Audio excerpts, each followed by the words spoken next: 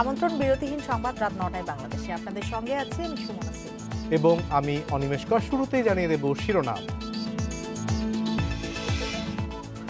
এবার দিনে ১১,৬৫১ জনের করোনা শনাক্তের রেকর্ড, মৃত্যু ১৯৯, শনাক্তের হার ৩১-এর ওপরে।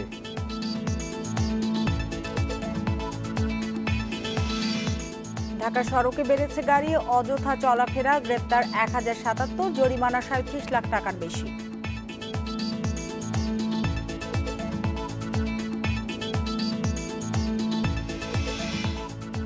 রাজশাহীতে করোনার সনদ জালিয়াতি করে গ্রেপ্তার ৩, সিভিল সার্জন অফিস থেকে তথ্য চুরি।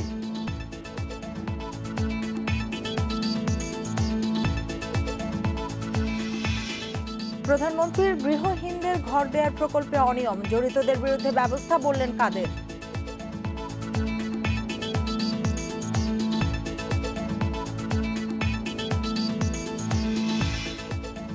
স্বল্প মূল্যে পণ্য কিনতে টিসিবি ট্রাকে উপচে পড়া ভিড়, পুলিশ পাহারার চিন্তা করছে মন্ত্রণালয়।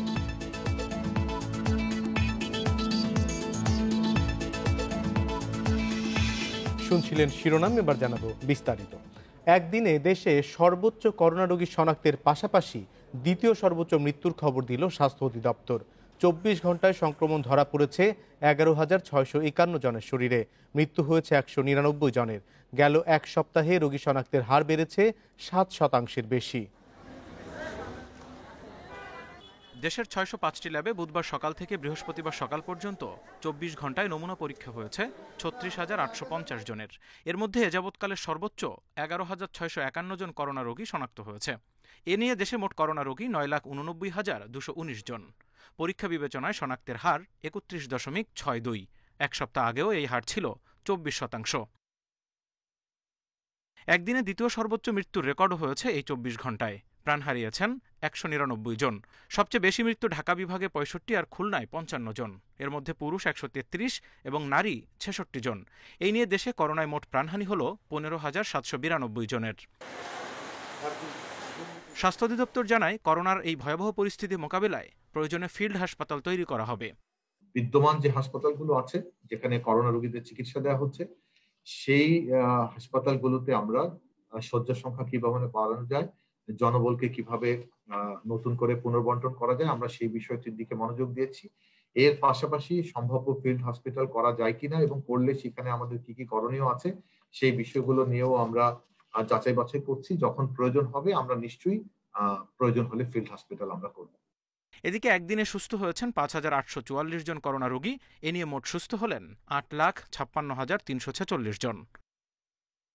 Zahidul Bashar, independent news, Dhaka. করোনার জন্য নির্ধারিত রাজধানীর ১৬টি হাসপাতালেই দেখা দিয়েছে প্রবল আইসিইউ সংকট। কাগজে কলমে মহাখালীর কোভিড হাসপাতালে ৭৫টি আইসিইউ ফাঁকা দেখানো হলেও লোকবল ও যন্ত্রপাতির অভাবে সেগুলো সচল নয়। ফলে আইসিইউ পেতে চরম ভোগান্তিতে পড়েছেন করোনা রোগীরা। হাসপাতাল থেকে হাসপাতালে ঘুরেও মিলছে না শয্যা। আরফান মিয়া, ব্রাহ্মণবাড়িয়া থেকে আসা ৭০ বছর বয়সী এই রোগী ভুগছেন শ্বাসকষ্ট সহ নানা উপসর্গে।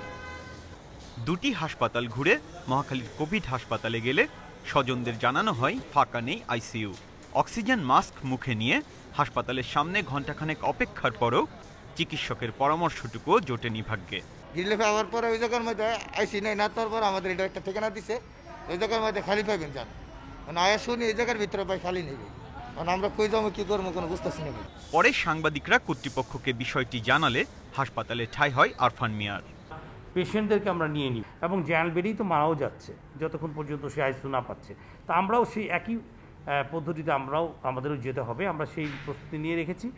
মায়া খান নামে ৮৫ বছর বয়সী আরেক রোগী শনিবার থেকে ভর্তি ডিএনসিসির কোভিড হাসপাতালে। প্রবল অক্সিজেন সংকটে ভোগা এই রোগীকে প্রয়োজন মতো হাই ফ্লো নেজাল ক্যানোলা সরবরাহ করা হয়নি। তাই বাধ্য হয়েই বেসরকারি হাসপাতালে যাচ্ছেন স্বজনরা।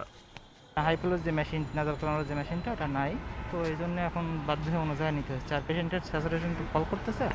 হাসপাতাল কর্তৃপক্ষের দাবি, কাগজে কলমে 212টি আইসিইউ থাকলেও এই মুহূর্তে সচল 150টি। লোকবল ও যন্ত্রপাতির অভাবে পুরোদমে কার্যক্রম চালানো যাচ্ছে না বলে জানান পরিচালক। আমরা আরও 75 জন মানুষকে ওখানে রাখতে পারি, বাট এই 75 জন মানুষকে আমরা যদি নিয়ে নিই তাহলে তাকে ম্যানেজ করার জন্য আমাদের যে পরিমাণ এক্সট্রা ম্যান পাওয়ার লাগছে এবং আরও কিছু ইকুইপমেন্টও লাগবে, সেই জায়গায় তো আমাদের অবশ্যই ঘাটতি আছে। রাজধানীতে করোনার জন্য নির্ধারিত 16 হাসপাতালের 11টিতেই কোনো আইসিইউ শয্যা ফাঁকা নেই, বাকি 4টিতেও ফাঁকা আছে 2-1টি করে। এক সপ্তাহের মধ্যে মহাখালীর ডিএনসিসি কোভিড ডেডিকেটেড হাসপাতালে খালি পড়ে থাকা 75টি আইসিইউ সচল করা হবে বলে জানিয়েছে কর্তৃপক্ষ। Biprojit Chanda, Independent news, Dhaka. Oxygen সরবরাহ বৃদ্ধি সহ সারা দেশের কোভিড-19 হাসপাতালগুলোর শয্যা সংখ্যা বাড়ানোর নির্দেশ দিয়েছেন প্রধানমন্ত্রীর কার্যালয়। স্থানীয় প্রশাসনকে এ লক্ষ্যে নানামুখী পদক্ষেপ নেওয়ার নির্দেশনা দেওয়া হয়েছে। দুপুরে দেশের সব বিভাগ ও জেলার সাথে ভিডিও কনফারেন্সিংয়ে এ নির্দেশনার কথা জানান প্রধানমন্ত্রীর মুখ্য সচিব ডক্টর আহমদ কায়কাউস। এ সময় তিনি করোনার উপসর্গ বা লক্ষণযুক্ত ব্যক্তিদের অবশ্যই ঘরে থাকার অনুরোধ জানান। প্রয়োজনে স্থানীয় প্রশাসনকে আইসোলেশন নিশ্চিত করার নির্দেশও দেন তিনি। ভিডিও কনফারেন্সে সারা দেশে করোনা ভাইরাসের প্রাদুর্ভাব রোধে জনগণের স্বাস্থ্য সুরক্ষায় জরুরি করণীয় ও চলমান কার্যক্রম সমন্বয়ের লক্ষ্য নির্ধারণ নিয়েও আলোচনা হয়।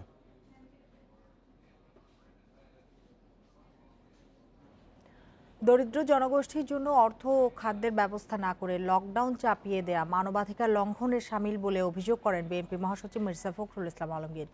অন্যদিকে এক অনলাইন সভায় তথ্যমন্ত্রী হাসান মাহমুদ বলেন, বিএনপির মতো জোড়াতালি দিয়ে দেশ চালায় না আওয়ামী লীগ। দরিদ্র জনগোষ্ঠীর জন্য অর্থ সহায়তা রেখেই সরকার কঠোর লকডাউন দিয়েছে।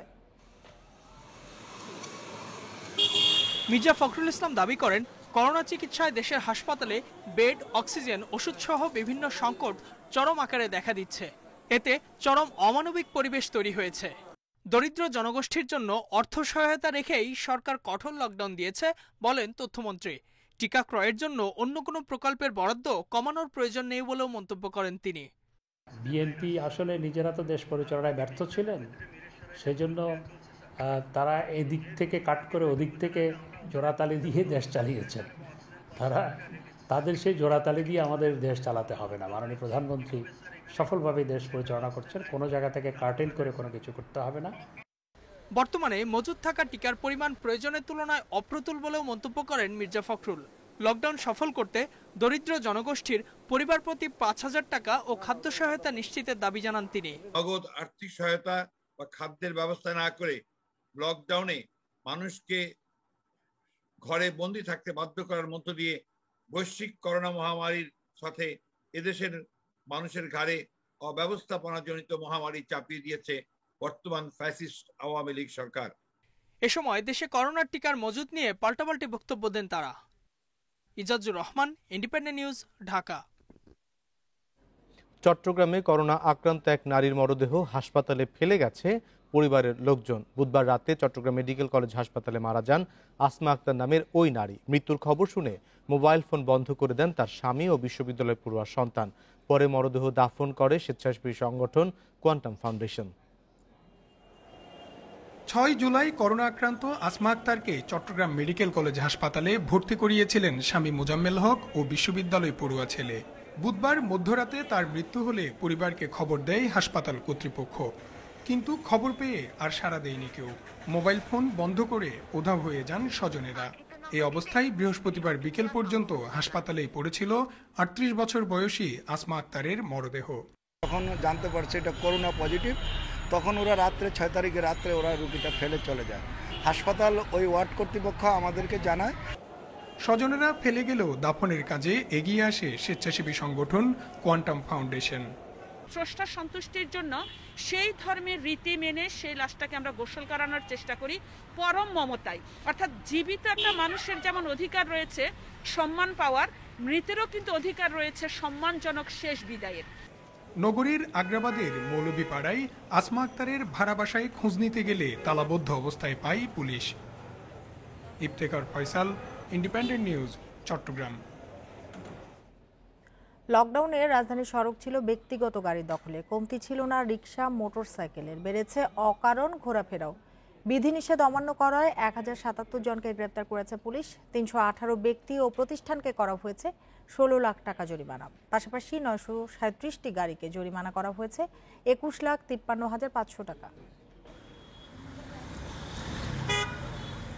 বৃহস্পতিবার সকাল থেকেই রাজধানী সড়ক ব্যক্তিগত গাড়ির দখলে। বেলা বাড়ার সঙ্গে সঙ্গে বেড়েছে সে চাপ, আর পাল্লা দিয়ে বেড়েছে সাধারণের চলাচল। বাইরে বেরোনোর কারণ হিসেবে তারা দিচ্ছেন নানা যুক্তিও। দুজনে একই কোম্পানিতে চাকরি করি, তো দুজন তো যেতে হবে, এখন তার গাড়ি পাইতেছে না, তো সেক্ষেত্রে আমাদের আনতে হয়েছে। হাঁটি শৃঙ্খলা মোতাবেকই হাঁটি, যেভাবে থাকার কথা যেভাবে হাঁটার কথা ওইভাবেই হাঁটি, যেন সমস্যা না হয় কারোর। ঝুঁকিটা অবশ্যই মনে হচ্ছে, তারপরে জব করতে হয় আর কি, যেহেতু গভর্নমেন্টের নিয়ম আছে প্রাইভেট এবং টেক্সটাইল ক্ষেত্রে বা গার্মেন্টস ক্ষেত্রে নিজস্ব পরিবহনে যাতায়াত করতে পারবে, সেজন্য আমাদের নিজস্ব গাড়িতে চলে যাতায়াত করি আর কি। পাশাপাশি লকডাউনের বিধিনিষেধ মানাতে তৎপর দেখা গেছে সেনা সদস্যদেরও। সড়কে নামা প্রায় সব গাড়িকেই জিজ্ঞাসাবাদ করেছেন তারা। প্রজ্ঞাপন অনুযায়ী যাদেরকে মুভমেন্ট করার প্রয়োজন শুধুমাত্র তারাই মুভমেন্ট করছেন। অল্প কিছু সংখ্যক আমরা পাচ্ছি যারা ফলস আইডেন্টিটি অথবা ফলস পেপার নিয়ে বের হচ্ছেন, তাদেরকে আমরা আইনের ব্যবস্থা নিচ্ছি তাদের বিরুদ্ধে, এবং তাদেরকে চেকিংয়ের মাধ্যমে আমরা বাসায় ব্যাক করার জন্য আমরা ব্যবস্থা গ্রহণ করছি। এদিকে কঠোর লকডাউন চলমান থাকলেও সাধারণের অবাধ চলাফেরা ঠেকাতে হিমশিম খাচ্ছে আইনশৃঙ্খলা বাহিনী। রাজধানীর নানা চেকপোস্টে ছিল গাড়ির লম্বা লাইন। বিনা প্রয়োজনে কেউ ঘর থেকে বেরোবেন না। 2 সপ্তাহ খুব বড় অনেক দিন না, কারণ প্রত্যেকের জরুরি কাজে যদি প্রত্যেকে রাস্তা নেমে পড়েন, 18 কোটি লোক রাস্তা নেমে পড়ে, তাহলে তো আমরা অসহায় হয়ে পড়ি, রাষ্ট্র অসহায় হয়ে পড়ে। এক্ষেত্রে আপনাকে সতর্ক হতে হবে। অন্যান্য দিনের মতো লকডাউনের 8ম দিনে অকারণে বাইরে বের হওয়াদের আটক জরিমানা করা হয়েছে। বন ইবনে কামাল, ইন্ডিপেন্ডেন্ট নিউজ, ঢাকা। নারায়ণগঞ্জের ভুলতায় হাশেম ফুড কারখানায় আগুন নেভাতে কাজ করছে ফায়ার সার্ভিস। সেখানে আছেন সহকর্মী তানভীর সুমন। সুমন, আগুন কিভাবে লাগলো এবং এই আগুনকে নিয়ন্ত্রণে এসেছে কিনা, এবং সেখানে ফায়ার সার্ভিসের কয়টি ইউনিট এই মুহূর্তে কাজ করছে?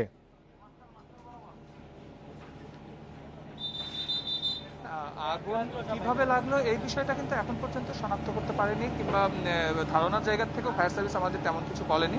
তবে নিচ থেকে যে আগুনের সূত্রপাত হয়েছে, এটা শুধু ফায়ার সার্ভিস নয়, স্থানীয় যে মানুষজন আছে তারাও আমাদের কনফার্ম করেছে যে নিচতলার থেকে আসলে আগুনের মূল সূত্রপাত হয়। আমি যদি একটু আপনাকে দেখাতে চাই আমার পেছনটায়, আগুন নিয়ন্ত্রণে আসা বলতে এখনো আগুন দাউ দাউ করে জ্বলছে। ওই যে পাশটা আমি পিছন সাইডটা আসলে আপনাকে দেখাতে পাচ্ছি, যে এই পাশটায় যেভাবে আগুন জ্বলছে ওই পাশটাই আগুন কিছুটা নিয়ন্ত্রণে এসেছে।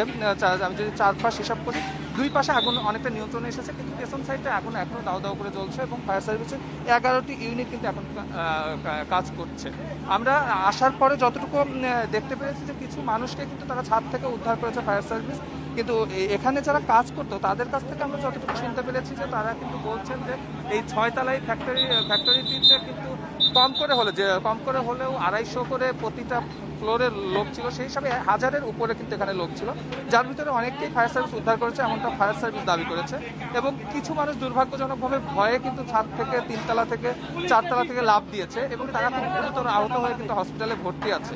তো স্থানীয়রা যারা আসলে তাদের সাথে গিয়েছিল তাদের অনেকেই বলছেন যে তাদের গুরুতর আহত অবস্থায় তারা তাদের দেখে এসেছেন। ওখান থেকে ঢাকা মেডিকেলে শেখ হাসিনা ব্রান ইউনিটে অনেকে নিয়ে গিয়েছেন, এবং কিছুক্ষণ আগে কিন্তু আমি দাঁড়িয়েছিলাম, আমার সামনে কিন্তু ছাদের 5 থেকে 6 জন নাকি আটকা পড়েছে। ছাদের একজনের সাথে কথা বলছিল, সেই বাড়ির ভাড়াটিয়া। তারা সেখানে খুবই একটা আতঙ্কের ভেতরে কিন্তু সময় কাটাচ্ছে। যদিও ফায়ার সার্ভিসকে আমি বলবো যে ফায়ার সার্ভিস তাদের আপ্রাণ চেষ্টা কিন্তু চালিয়ে যাচ্ছে উদ্ধার প্রক্রিয়া, কিন্তু আসলে আগুনের ব্যাপ্তিটা এত বেশি, যার কারণে কিন্তু তারা আসলে সেইভাবে আগুনটাকে নিয়ন্ত্রণে নিয়ে আসতে পারছে না, কিন্তু তারা তাদের জায়গা থেকে সর্বোচ্চ চেষ্টা করে যাচ্ছে। আর আরেকটি বিষয় আসলে না উল্লেখ করলেই নয়, যে এখানে আজকে যারা কাজ করেছে এরকম আমরা 4-5 জনের সাথে কথা বলেছি, যারা শিফট অনুযায়ী 4টায় বের হয়ে এসেছিল, ওভার টাইম 8টা পর্যন্ত যারা ছিল তারাই কিন্তু মূলত আজকে ভুক্তভোগী হয়েছেন, এবং তারাই কিন্তু আসলে ভিতরে আটকে পড়েছেন কিংবা হসপিটালে এখন চিকিৎসা নিচ্ছেন। তো তারা যেটি বলছেন যে যখন আগুনটা লাগে 4:30টার দিকে, তখন কিন্তু এই গেট পুরো বিল্ডিংয়ের 2টা মাত্র সিঁড়ি আছে, 2টা সিঁড়ির প্রত্যেকটা তালা বাই তালা তাদের তালা মেরে রাখা হয়। এর আগেও কিন্তু আমরা বেশ কিছু ফ্যাক্টরিতে আগুনের সময় এই অভিযোগটি শুনেছি, আজকেও কিন্তু সেই অভিযোগটি আমরা শুনলাম যে তালা মেরে রাখা হয়েছিল। তাদের কথা যে তখন যদি তালাটি সিকিউরিটি গার্ড খুলে দিত তাহলে হয়তো এত মানুষকে আহত হতে হতো না, কিংবা এত মানুষকে কিন্তু আটকে পড়তে হতো না। তো কিছু মানুষ কিন্তু তালা ভেঙে বের হয়ে আসতে সক্ষম হয়েছিল, কিন্তু এই অভিযোগটা তারা করছেন যে যদি সেই সময় তালাটি তারা খুলে দিত তাহলে আজকে এই অবস্থা হতো না। আসলে কি কারণে আগুনটি লেগেছিল আসলে তখন সুমন, তালাটা আসলে বন্ধ ছিল ভেতরে না। কতজন শ্রমিক এখনো আটকা পড়ে আছে সে সম্পর্কে কিছু জানতে পেরেছেন কিনা, এবং যাদের হাসপাতালে নিয়ে যাওয়া হয়েছে তাদের সংখ্যা কতজন এবং তাদের অবস্থা কতখানি গুরুতর? যাদের হাসপাতালে নিয়ে যাওয়া হয়েছে এখান থেকে যারা লাফিয়ে পড়েছিল, যাদের ফায়ার সার্ভিস ছাদ থেকে উদ্ধার করেছে, এদের গুরুতর অবস্থায় ফায়ার সার্ভিস কিন্তু হসপিটাল নিয়ে গিয়েছে। কিন্তু এখানকার স্থানীয় যারা তাদের সাথে হসপিটালে গিয়েছে তারা কিন্তু আমাদের বলেছে যে 2-3 জন তারা দেখে এসেছে সেখানে মারা গিয়েছে।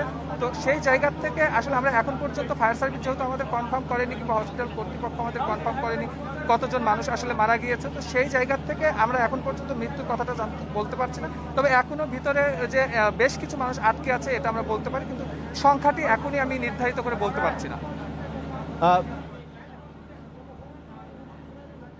তানভীর, সুমন, আপনি সংবাদ সংগ্রহ করতে থাকুন, আমরা নিশ্চয়ই আপনার কাছে পরবর্তীতে আবারও জানতে পারবো সব শেষ খবর। কঠোর বিধিনিষেধ বাস্তবায়নে ঢাকার প্রধান সড়কে প্রায় সব সময় আইনশৃঙ্খলা বাহিনীর তৎপরতা দেখা গেলেও অলিগলি পাড়া মহল্লার চিত্র ভিন্ন। খোলা রয়েছে চায়ের দোকান সহ অনেক দোকান, মানা হচ্ছে না স্বাস্থ্যবিধি। প্রশাসন বলছে বারবার অভিযান চালিয়েও তেমন কোনো লাভ হচ্ছে না। পুরান ঢাকার শাঁখারীবাজার এলাকার চিত্র এটি।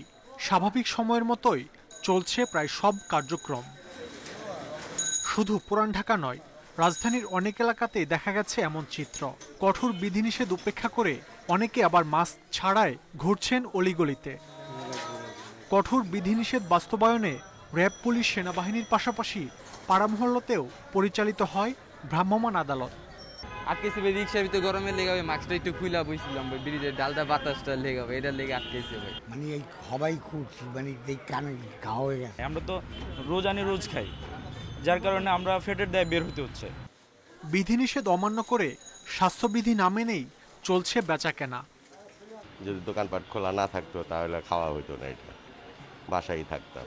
পুলিশ তো আসে, তো পেটের দায়ে তো যারা এই করতে হইতে আছে। মাছে সকল শুধু দেখতেন মুখে মধ্যে না ফাপড় লাগে, সেই জন্য খেয়ে আসছে। কঠোর বিধিনিষেধ ও স্বাস্থ্যবিধি নিশ্চিতে পাড়া মহল্লায় অভিযান অব্যাহত রাখার কথা জানায় প্রশাসন। আমরা যখন থাকি তখন তারা হয়তো বন্ধ করে, আবার আমরা একটু অন্যদিকে গেলেই তারা আবার দেখা যায় যে দোকান খুলে বসে থাকে। তো তারপরেও আমরা চেষ্টা করছি যে কঠোরভাবে এটি দমন করার জন্য।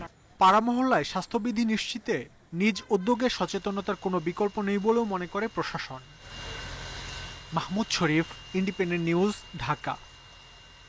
করোনা সংক্রমণ নিয়ন্ত্রণে কঠোর লকডাউন চললেও নৌপথে দেখা যায়নি এর কোনো প্রভাব। কেরানীগঞ্জ, নারায়ণগঞ্জ ও মুন্সিগঞ্জ থেকে অনেকেই ছোট নৌকায় গাদাগাদি করে আসেন ঢাকায়। কেরানীগঞ্জের আগানগর খেয়াঘাট দেখলে বোঝার উপায় নেই যে দেশে মহামারী চলছে। সকাল থেকে রাত পর্যন্ত যাত্রী পারাপার হচ্ছে এই ঘাটে। কেরানীগঞ্জ, নবাবগঞ্জ থেকে আসা মানুষ বুড়িগঙ্গা পেরিয়ে প্রবেশ করছেন ঢাকায়। ইমার্জেন্সি ঘাট তো মিটপুরের হাসপাতালে, এখান থেকে রুগী যাতায়াত করে, এই জন্য পাবলিকও যায়। যদি স্বাস্থ্যবিধি এটা না হয় তাহলে তো আর আমাদের যাওয়ার প্রয়োজন হয় না, তারপরে চেষ্টা করি। আমি একাই যাই প্রায় সময়, হয়তো বন্ধু বান্ধব 2 দিন আছে যাওয়া পড়ে, বেশি এরকম মানা যায় না। আগানগর, মিটফোর্ড, বাদামতলী, পোস্তগোলা ও সোয়ারিঘাটেও পারাপারের জন্য ব্যবহার করা হচ্ছে ছোট নৌকা। যাত্রীর মুখে থাকলেও কোনো মাঝির মুখেই নেই মাস্ক। এক নৌকায় চলাচল করেন 5 থেকে 6 জন, সেখানেও মানা হয়নি স্বাস্থ্যবিধি। নৌপুলিশ বলছে সদরঘাট থেকে দূরপাল্লার সব নৌযান বন্ধ, তবে অফিসগামীদের যাতায়াতের জন্য খেয়া নৌকা পারাপার চালু আছে। নদীতে কোনোভাবেই চলছে না ট্রলার নৌকা। গার্মেন্টসের প্রচুর শ্রমিক ওপারে থাকে, তারা এপারে আসে বা এপার থেকে ওপারে যায়, এবং বিভিন্ন কারখানার শ্রমিক এবং অনেক সময় স্বাস্থ্যকর্মী ও নার্সরাও আসে।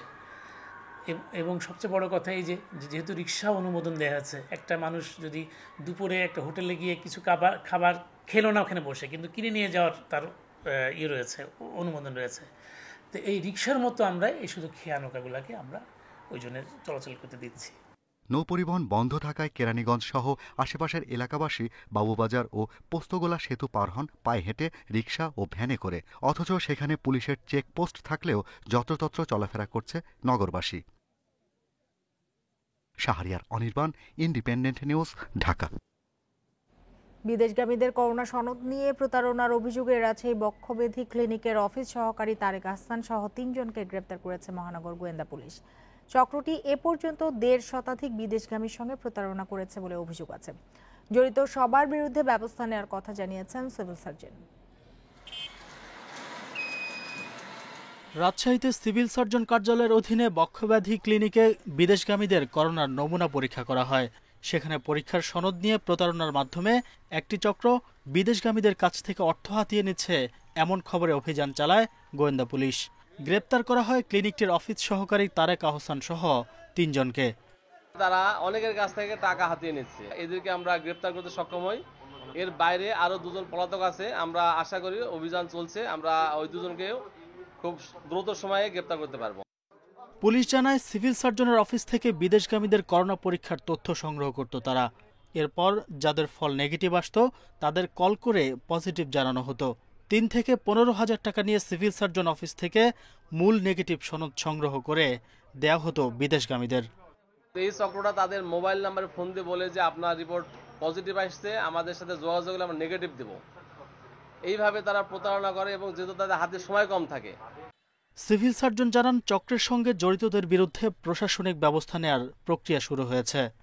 বড় কথা হলো এরা অপরাধীদের বিরুদ্ধে আমি কমপ্লেইন করছি, কমপ্লেইন করাতে একটা ব্যবস্থা গ্রহণ করা হয়েছে এবং এর পরবর্তীতে যে ব্যবস্থা আমরা সেটাও গ্রহণ করব। আমরা টেম্পোরারি তাকে সাসপেন্ড করব এবং পরবর্তী কার্যক্রম তারপরে গ্রহণ হবে।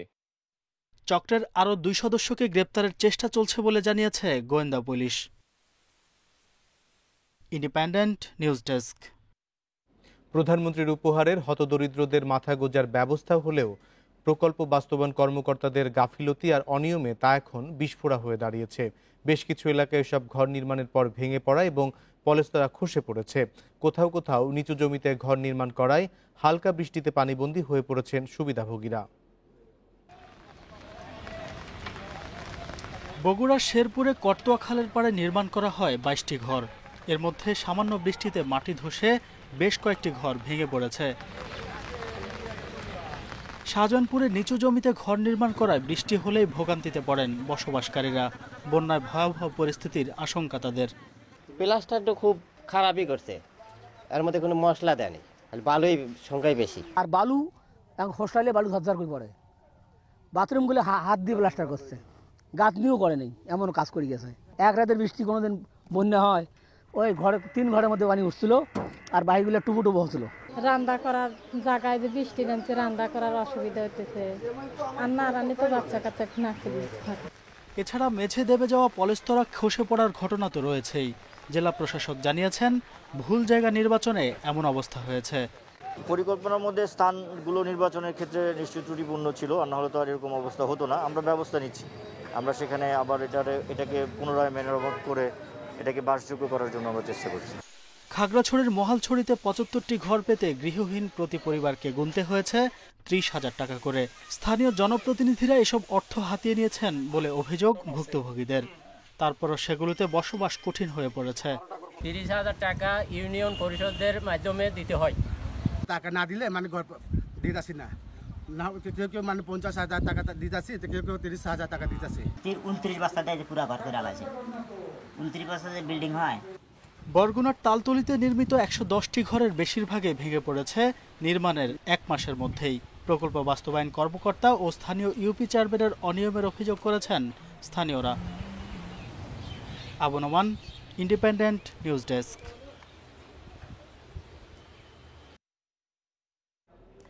আশ্রয়ণ প্রকল্পে দায়িত্বে অবহেলা ও অনিয়মে জড়িতদের বিরুদ্ধে শাস্তিমূলক ব্যবস্থা নেওয়া হবে বলে জানিয়েছেন আওয়ামী লীগ সাধারণ সম্পাদক ওবায়দুল কাদের। তিনি বলেন, আশ্রয়ণ প্রকল্পে প্রায় 1,20,000 বাড়ির মধ্যে 24টি স্থানে নির্মাণ কাজের ত্রুটি গণমাধ্যমে উঠে এসেছে, যা বাস্তবায়িত প্রকল্পের 0.25 ভাগ। ত্রুটিপূর্ণ যে ভাগ স্থাপনা নিশ্চিত হয়েছে তার সরকারি খরচে মেরামত প্রয়োজনে পুনর্নির্মাণ করা হবে। যারা এই ত্রুটির জন্য দায়ী এবং দায়িত্বে অবহেলা অনিয়মে জড়িত তাদের বিরুদ্ধে শাস্তিমূলক ব্যবস্থা গ্রহণ করা হচ্ছে। রাত 9টায় বাংলাদেশের পর্যায়ে খেলার খবর। শুরুতেই জানাচ্ছি শিরোনামগুলো। মাহমুদুল্লাহ তাসকিনের রেকর্ড জুটিতে বাংলাদেশের স্বস্তি, 16 মাস পর ফিরেই দুর্দান্ত দেশ রিয়াদের।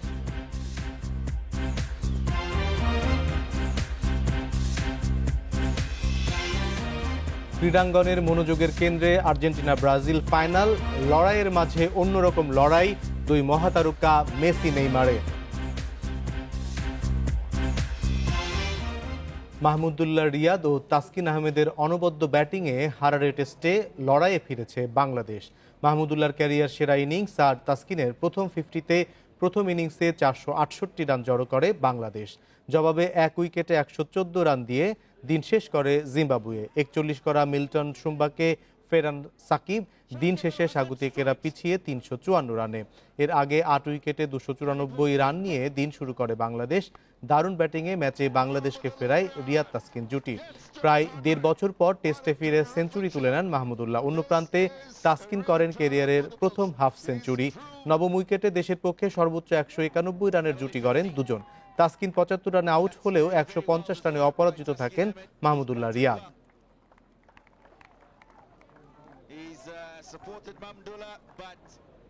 মাহমুদুল্লাহর রাজস্বিক প্রত্যাবর্তনে হারারে টেস্টের নিয়ন্ত্রণ বাংলাদেশের হাতে। ক্যারিয়ারের প্রথম দেশীয় করে বড় পুঁজি নিশ্চিত করেন আটে নামা মাহমুদুল্লাহ।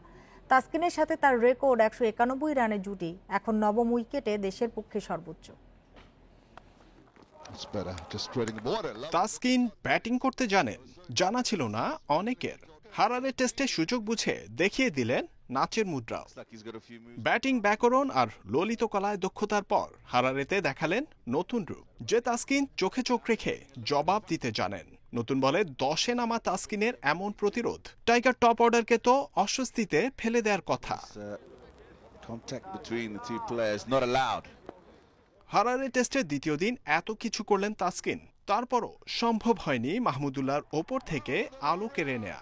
সাদা পোশাকে 16 মাসের নির্বাসন ঠিক কি অপরাধে নিশ্চিত নন কেউ। প্রত্যাবর্তনে নির্ভর ব্যাটিং সাক্ষ্য দেয় ক্রিকেট থেকে মনোযোগটা কখনোই সরেনি।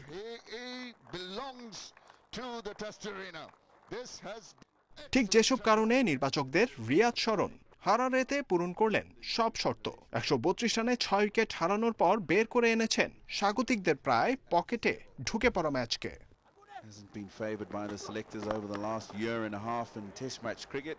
লিটনের সাথে সপ্তম উইকেটে 138 রানের পর বের করে এনেছেন তাসকিনের ব্যাটসম্যান সত্তা।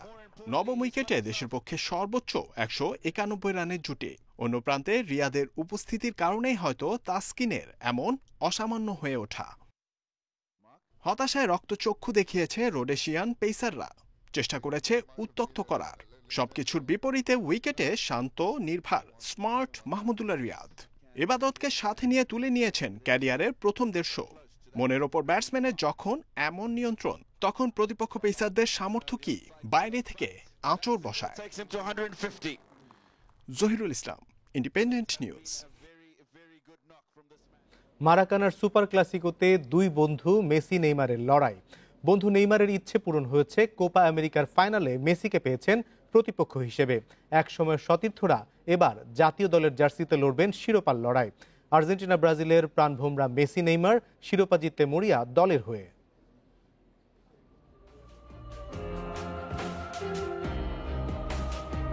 মুহূর্তগুলো ভোলার নয়। বিশ্বসেরা চেয়ে দেখেছেন, খুব কাছে গিয়ে ট্রফি ছুঁতে পারেননি।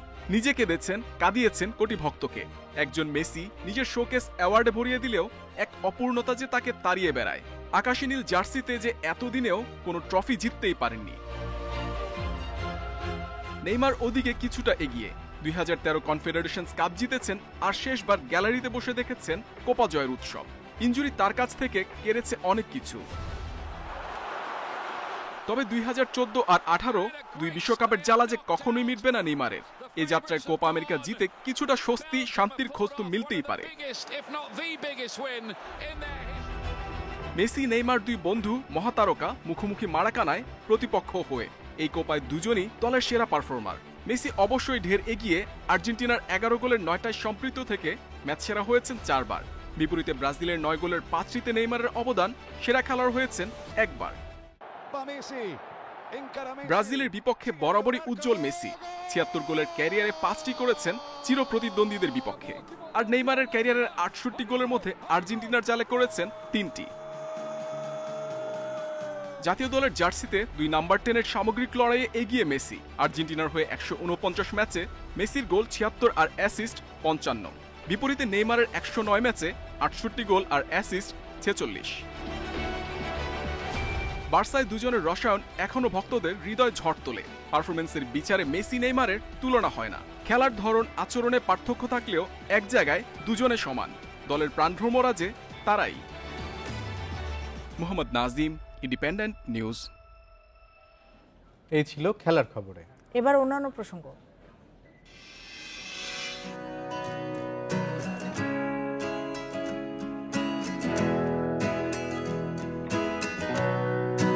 কোরবানির ঈদকে সামনে রেখে নেত্রকোনায় 15টি ফ্রিজিয়ান শার্ট তৈরি করেছেন শিক্ষক তুহিন মোজাম্মেল।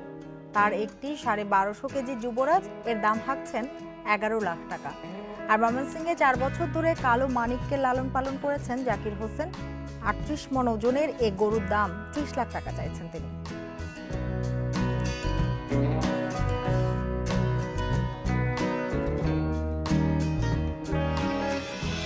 আর এ নিয়ে প্রতিবেদন থাকবে সংবাদের শেষ অংশে। চলে যাচ্ছি পরের খবরটিতে। লকডাউনের মধ্যে কম দামে নিত্যপণ্য কিনতে টিসিবি ট্রাকে উপচে পড়া ভিড়। তেল, চিনি, ডালের জন্য রীতিমতো লড়াইয়ে নামছেন স্বল্প আয়ের মানুষ। করোনার বিধিনিষেধের পরোয়া করছেন না অনেকেই। এ অবস্থায় টিসিবি ট্রাকে পুলিশ পাহারার কথা ভাবছে বাণিজ্য মন্ত্রণালয়। ভোক্তার এ লড়াই বিনামূল্যে নয়, স্বল্প মূল্যে টিসিবি ট্রাক থেকে পণ্য কিনতে। সয়াবিন তেল, মসুর ডাল আর চিনি কিনতে লাইনে দাঁড়িয়ে দীর্ঘ অপেক্ষা। তবে চাহিদা বেশি থাকায় 2-2.5 ঘন্টায় বিক্রি শেষ। তাই হতাশ হয়েই ফিরতে হয় অনেককে। কালকে দিছে 5 লিটার পাইনো, ডাইলও আইনো, তেলও পাইনো, চিনিও পাইনো, ফিরে গেছি। আজকে আইছি একবার কয় এইখানে দিব, এইখানে 3 বার গেছি, এইখানে আবার আইছি, ওখানে কোনো খবর না। তেল তো পাওয়া যায় না, তেল তো সবার প্রয়োজন। চিনি এবং ডাল পাওয়া যায় বেশিরভাগ। চাহিদার তুলনায় সরবরাহ কম থাকার কথা জানিয়ে ডিলারদের অভিযোগ, একই ক্রেতা বারবার পণ্য কিনছেন। সামাজিক দূরত্ব রেখে যে কাজ করবো সেই সুযোগ আমাদের নাই। তো আমরা অনেক চেষ্টা করছি যে তাদের সামাজিক দূরত্ব নিশ্চিত করে আমরা মাল দেওয়ার জন্য, কিন্তু তারা কোনো কিছু শুনতেছে না। তবে পণ্য কিনতে এসে করোনার স্বাস্থ্যবিধি মানতে দেখা যায়নি অনেককে। এরা কইতেছে এই গাড়ি ওইখানে মাল দিব, আবার কইতেছে ওইখানে মাল দিব নাকি, তখন একটা বিগ ব্যালেন্সের ভিতরে মানে এই জনগণ ঢুকাই দিচ্ছে। করোনা সংক্রমণের মধ্যে টিসিবি ট্রাকে ভিড় বাড়ায় পণ্যের সরবরাহ বৃদ্ধির পাশাপাশি বিধিনিষেধ মানাতে পুলিশ পাহারার কথা ভাবছে বাণিজ্য মন্ত্রণালয়। মজুদ সমস্যা না, কিন্তু আমাদের অন্য অন্য সাপোর্ট সার্ভিস সেইগুলোর একটা বিষয় আছে, বাট আমরা এটাকে দ্বিগুণ করে দেব। আমি আজকে বলেছি যে পুলিশ কমিশনারকে প্রত্যেকটা কেন্দ্রের নাম ঠিকানা দিয়ে চিঠি দেওয়া হবে যেন এখানে যথেষ্ট পুলিশ মোতায়েন করা হয়। লকডাউন ও কোরবানির ঈদ উপলক্ষে সারা দেশে 450টি ভ্রাম্যমাণ ট্রাকের মাধ্যমে পণ্য বিক্রি করছে সরকারি বিপণন সংস্থা টিসিবি। চলবে 29 জুলাই পর্যন্ত। Shahid Ahmed, independent news, Dhaka. নারায়ণগঞ্জের ভুলতায় হাশেম ফুড কারখানায় আগুন নেভাতে কাজ করছে ফায়ার সার্ভিস। কিছুক্ষণ আগে যে খবরটি জানাচ্ছিলাম, সেখানে আছেন আমাদের সহকর্মী তানভীর সুমন। আবারও তার কাছে যেতে চাই। তানভীর সুমন, আপনি বলছিলেন যে সেখানে 3 জন মারা গেছে যারা কারখানায় কাজ করছিলেন। আমি গণমাধ্যমে 2 জনের নাম দেখতে পাচ্ছি। একজনের নাম স্বপ্না রানী, যিনি 42 বছর বয়স যার, এবং মিনা আক্তার 44। এই 2 জন নিহত হবার খবর পেয়েছি। আপনি 3 জন বলছিলেন, আপনি কি পরিচয় পেয়েছেন কারা সেখানে মারা গেলেন তাদের?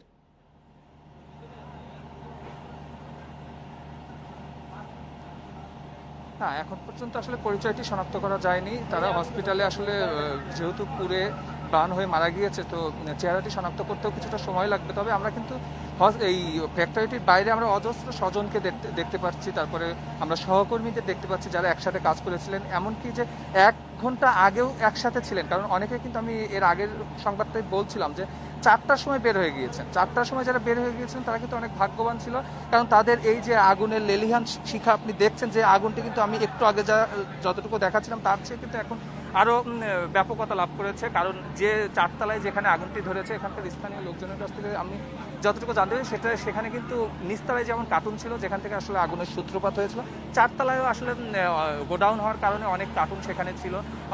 আর যেহেতু একটা ফুড ফ্যাক্টরি, সেখানে কিন্তু তেল, দাহ্য পদার্থ এগুলোও কিন্তু সেখানে ছিল, যার জন্য কিন্তু আমরা দেখছি যে ক্রমশ আগুনটি কিন্তু আসলে ব্যাপকতা লাভ করছে। যদিও ওই পাশটায় আগুন অনেকটা নিয়ন্ত্রণে আনা সম্ভব হয়েছে, কিন্তু পেছনের পাশটায় কিন্তু আগুন নিয়ন্ত্রণে আসছে না। তো সেই জায়গা থেকে আমরা এখানে যখন পেছনটায় আমরা যখন ছিলাম সেখানে একটু দূরে যা এই পর্যন্ত আত্মীয় স্বজনদের আসতে দিচ্ছে না কিংবা সহকর্মীদের, তাদের মুখ থেকে কিন্তু আমরা শুনতেছি যে ছাদে অনেক মানুষ আটকে পড়েছে, যারা তাদের ফোন দিচ্ছে, তাদের বাঁচানোর জন্য তারা আকুতি করছে। আমরা ফায়ার সার্ভিসকেও কিন্তু তাদের জায়গা থেকে দেখছি যে তাদের যে সক্ষমতা, সেই সক্ষমতার জায়গা থেকে তাদের ট্রেন নিয়ে ছাদ পর্যন্ত ওঠার চেষ্টা করে ছাদ থেকে মানুষজনকে উদ্ধার করার তারা চেষ্টা করছে। কিন্তু আসলে চারপাশে আগুনটা এত ব্যাপ্তি লাভ করেছে যে কোন পাশ থেকে কোন পাশে আসলে কাজ শুরু করবে, পানি দিবে না তাদের উদ্ধার করবে, এই জিনিসটা কিন্তু আসলে সমন্বয় হয়ে উঠছে না। তারপরেও তাদের চেষ্টার ত্রুটি আমি দেখিনি। তবে তাদের বিরুদ্ধে একটি অভিযোগ, যেটি এর আগেও হয়, যে 4:30টায় যখন আগুনটি লেগেছিল তাদের ফোন দেওয়ার পরে আসলে আগুন নিয়ন্ত্রণে তারা এসেছে 1 থেকে 1.5 ঘন্টা পরে, এরকম একটি অভিযোগ যদিও ফায়ার সার্ভিস সেটা বলেনি। তারা বলেছে যে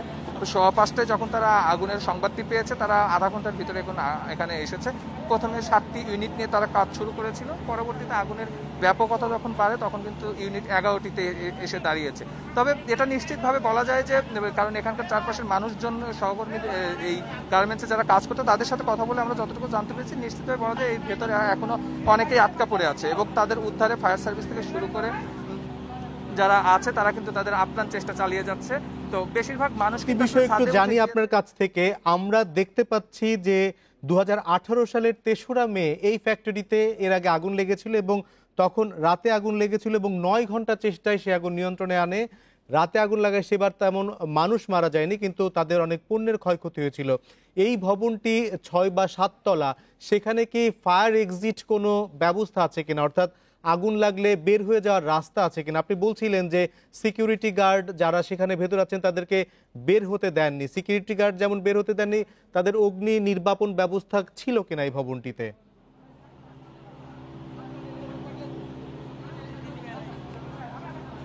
অগ্নি নির্বাপন ব্যবস্থা বলতে আপনি যেটি বলছিলেন যে 2018 সালে যে আগুনটি লেগেছিল, 2018 সালের শুধু না, আমি একদম রিসেন্টের কথা, এখানকার মানুষজন যারা ফ্যাক্টরিতে কাজ করেন তাদের সাথে কথা বলে যতটুকু জেনেছি, আজ থেকে 18 থেকে 20 দিন আগেও এখানে একবার আগুন লেগেছিল, এই 4 তলায় আগুন লেগেছিল এবং সেই সময় তাদের নিজস্ব যে ফায়ার ব্যবস্থাপনা আছে সেটা দিয়ে ফায়ার সার্ভিস আসতে হয়েছিল না, তার নিজেরাই আগুন কিন্তু নিয়ন্ত্রণে এসেছিল। কিন্তু এই যে ব্যবস্থাটা, যে কেউ আগুন লাগলে যে বাইরে বের হবে, এখানে সিঁড়ি আছে 2টা এবং 2টা সিঁড়ি কিন্তু আসলে কলাপসি গেট দ্বারা সবসময় তালা লাগানো থাকে। এখানকার যারা কাজ করে তারা কিন্তু আমাদের অভিযোগ করেছে এবং আগুনটা যখন লাগে তখনও এই গেটগুলো তালা মারা ছিল এবং হাজার অনুরোধ করার পরও সিকিউরিটি গার্ড কিন্তু এই তালাটি খোলেনি। তারা বলেছে যে মালিকের অনুমতি লাগবে, তারপরে তালা খুলবে। শেষে কিন্তু বাধ্য হয়ে এখানে যারা কাজ করতেন তারা কিন্তু সেই তালা ভেঙে কিছু মানুষ বের হয়ে আসতে সমর্থ হয়েছে এবং কিছু মানুষ ভয়ে ছাদে চলে গিয়েছে এবং কিছু মানুষ ভয়ে কিন্তু লাফও দিয়েছে, যারা গুরুতর আহত হয়ে এখন হসপিটালে কিন্তু আসলে মৃত্যুর সাথে পাঞ্জা লড়ছে।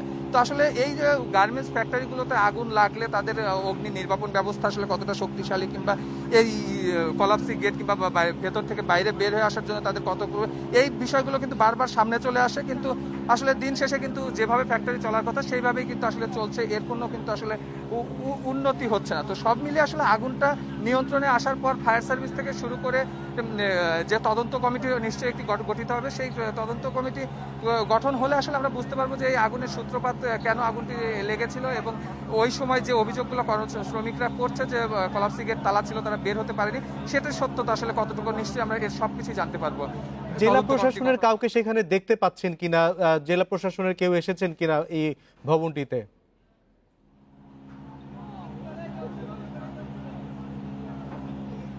না, এখন পর্যন্ত আমরা এখানে যাদের দেখছি ফায়ার সার্ভিসের যে স্থানীয় নারায়ণগঞ্জের ইউনিট কিন্তু এখানে এসে কাজ শুরু করেন।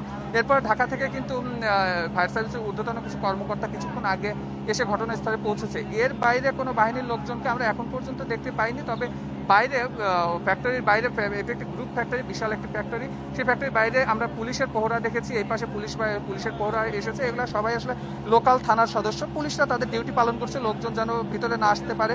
কারণ আমরা যেখানে দাঁড়িয়ে আছি, আমি যেখানে, এখানে কিন্তু এখন আগুনের চরম তাপ এবং আমরা মাঝে মধ্যেই দেখছি যে গ্লাস কিন্তু আগুনের তীব্রতাতে গ্লাস কিন্তু মাঝে মাঝেই ফেটে এখানে ওখানে চলে যাচ্ছে। তো আগুনের বেশি কাছাকাছি মানুষজন আসলে অনেক বড় কোনো আরো দুর্ঘটনা ঘটতে পারে, যার জন্য কিন্তু মানুষজনের এই অযথা ভিড় মোকাবেলা করার চেষ্টা করছে কিন্তু এখানকার পুলিশ, এবং তারা সেদিক দিয়ে যথেষ্ট সফল। ভেতরে কি এখনো কেউ আটকা পড়ে আছে কিনা সেই ব্যাপারে কিছু জানতে পেরেছেন?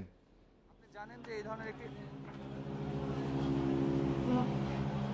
না, ভেতরে তো অবশ্যই এখনো আটকা পড়ে আছে, কিন্তু আমরা আসলে আপনাদের জানাতে পারছি না যে আসলে ঠিক কত মানুষ ভেতরে আটকা পড়েছে। আমি আসলে নিশ্চিতভাবে কেন বলছি ভেতরে আটকে আছে, কারণ আমরা দেখেছি কিছুক্ষণ আগে ছাদে আটকা পড়া দুইজন স্বজনের সাথে তার বাসার ভাড়াটিয়া কিন্তু কথা বলছিল, তারা আকুতি জানাচ্ছিল তাদের বাঁচানোর জন্য। তো সেই জায়গা থেকে বলা যায় যে ভেতরে এখন আটকে আছে। আর আরেকটি বিষয় যেটি সহজ হিসাব দেওয়া যায় যে তারা যেটি বলছে যে ভেতরে প্রত্যেকটি তারাই 200 থেকে 250 জন কর্মচারী কাজ করতো, বিকাল 4টার সময় কিছু বের হয়ে গিয়েছে, তারপরে ওভার টাইমের জন্য কিছু হয়েছে। তো 500-600 জন কর্মচারী কিন্তু আসলে ভেতরে ছিল। তার ভিতরে খুব বেশি যে উদ্ধার করা হয়েছে, ফায়ার সার্ভিস বলেছে যে বেশিরভাগকে উদ্ধার করা গিয়েছে, কিন্তু ফায়ার সার্ভিস তার সাথে এটিও স্বীকার করছে যে ভেতরে এখনো কিছু মানুষ আটকে আছে। যাদের সবশেষ প্রশ্ন করি যে নারায়ণগঞ্জ জেলা ফায়ার সার্ভিসের উপপরিচালক মোহাম্মদ আব্দুল আল আরিফিন তিনি একটি গণমাধ্যমকে বলেছেন যে প্রাথমিকভাবে তিনি শুনেছেন ওয়েল্ডিং এর কারণে কারখানায় আগুন লাগে। আগুন লাগার কারণ সম্পর্কে ফায়ার সার্ভিসের কারোর সঙ্গে আপনার কথা হয়েছে কিনা?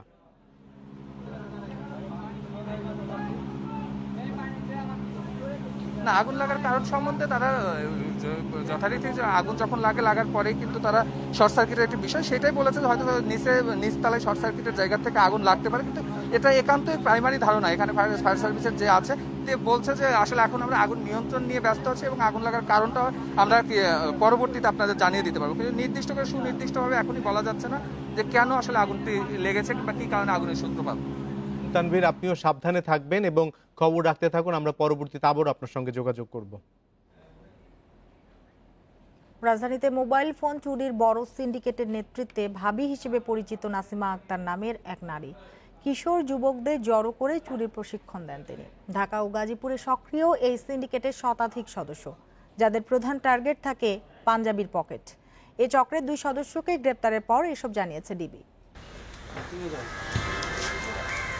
রাজধানীর বাড্ডার গলি দিয়ে হেঁটে যাচ্ছিলেন 2 ব্যক্তি। তাদের সালাম দিয়ে দাঁড় করিয়ে কিছু একটা বলছিলেন এক যুবক, আর এই ফাঁকে পেছন থেকে আসা এক কিশোর কয়েক সেকেন্ডেই দাঁড়িয়ে থাকা একজনের পাঞ্জাবির পকেট থেকে মোবাইল ফোন নিয়ে সরে যায় দ্রুত। এই দৃশ্যের মতোই নানা কৌশলে রাজধানীর মোবাইল চুরি করছে একটি বড় চক্র। তারপর পুলিশই মালিককে ফোন দিয়ে জানায় তার মোবাইলটি উদ্ধার হয়েছে। ফোনটা করে শেষ করে কথা বলে রাখা পকেটে রাখছি, 2-3 মিনিট পরে দেখি যে রিক্সার মধ্যে উঠার আগে দিয়ে আমার ফোনটা নাই। ফোন দিয়েছিল যে আপনি আসি দেখার জন্য, তখন আমি বিষয়টা আসলে আমি প্রশ্ন করলাম কিভাবে পারলেন, তো আমরা IMA থেকে বের করে আপনার নাম্বারটা পেয়েছি, আপনি কাইন্ডলি নিয়ে নেন। মোবাইল চোরদের বিরুদ্ধে ডিবির নিয়মিত অভিযানের অংশ হিসেবে বুধবার রাজধানীর পল্টনে অভিযান চালিয়ে চুরির 1/2 শতাধিক মোবাইল ফোন সহ গ্রেপ্তার করা হয় সোহেল ও মোশাররফ নামের 2 জনকে। গ্রেপ্তারের পর চুরির অভিনব কৌশলের কথা জানায় তারা।